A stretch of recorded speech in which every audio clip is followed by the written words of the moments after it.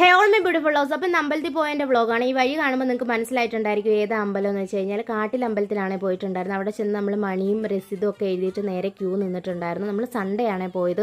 അപ്പോൾ നല്ല തിരക്കുണ്ടായിരുന്നു. ഞാൻ ആദ്യമായിട്ടാണ് സൺഡേ പോകുന്നത്. അപ്പോൾ നല്ല ടെൻഷനും ഉണ്ടായിരുന്നു. പക്ഷേ സൺഡേ ദിവസങ്ങളിൽ 1 മണി വരെ അമ്പലം ഉള്ളതുകൊണ്ട് കുഴപ്പമില്ലായിരുന്നു. അപ്പോൾ 12:45 ആയപ്പോഴത്തേക്കിനും നമ്മൾ അമ്പലത്തിനകത്ത് കയറി നന്നായിട്ട് പ്രാർത്ഥിച്ച് പുറത്തിറങ്ങിയിട്ടുണ്ടായിരുന്നേ. അങ്ങനെ അവിടുന്ന് പ്രസാദമൊക്കെ വാങ്ങിച്ച് പിന്നെ മണി കെട്ടാനുള്ള വെയിറ്റിങ്ങിലായിരുന്നു. അങ്ങനെ മണിയൊക്കെ കിട്ടിയതിന് ശേഷം നമ്മൾ മണി കെട്ടാനായിട്ട് നേരെ പോയിട്ടുണ്ടായിരുന്നു. അവിടെ നോക്കിയപ്പോഴും നിറച്ചും തിരക്കായിരുന്നേ. സൺഡേ ആയതുകൊണ്ടായിരിക്കാം. അങ്ങനെ കുറേ നേരം അവിടെ വെയിറ്റ് ചെയ്ത് നന്നായിട്ട് പ്രാർത്ഥിച്ച് മണിയും കെട്ടിയിട്ടുണ്ടായിരുന്നു. അങ്ങനെ സമാധാനത്തോടെ പുറത്തിറങ്ങിയപ്പോൾ നമ്മൾ ഉണ്ണിയപ്പം വാങ്ങിയിട്ടുണ്ടായിരുന്നു. അങ്ങനെ 2-3 ഉണ്ണിയപ്പമൊക്കെ എടുത്ത് കഴിച്ച് നമ്മൾ അവിടെ നിന്ന് ഇറങ്ങിയിട്ടുണ്ടായിരുന്നേ. അപ്പോൾ ഈ കാട്ടിലമ്പലത്തിൽ വരുന്നവർക്കറിയാം, ഈ സൈഡിൽ ബീച്ച് ആയതുകൊണ്ട് പോകുന്ന വഴിയൊക്കെ കാണാൻ നല്ല രസമാണ്. അങ്ങനെ അതൊക്കെ കണ്ട് നമ്മൾ നേരെ വിട്ടത് റെസ്റ്റോറൻറ്റിലോട്ടാണ്. കാരണം ഈ അമ്പലത്തിൽ പോയി കഴിഞ്ഞാൽ നമ്മൾ അമ്പലത്തിൽ പോയി എന്ന് അറിയിക്കാൻ വേണ്ടി നമ്മൾ പുറത്തുനിന്ന് ഫുഡ് കഴിക്കണമല്ലോ.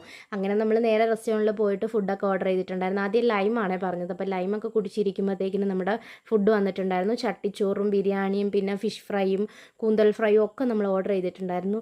അങ്ങനെ സമാധാനത്തോടെ നമ്മൾ നല്ല രീതിയിൽ ഫുഡൊക്കെ കഴിച്ച് അവിടെ നിന്ന് ഇറങ്ങിയിട്ടുണ്ടായിരുന്നു. അപ്പോൾ ഇന്നത്തെ വിശേഷങ്ങൾ ഇത്രയുള്ള വീഡിയോ ഇഷ്ടപ്പെടുവാണെങ്കിൽ ലൈക്ക് ചെയ്യുക, ഷെയർ ചെയ്യുക, സപ്പോർട്ട് ചെയ്യുക, സബ്സ്ക്രൈബ് ചെയ്യുക. താങ്ക്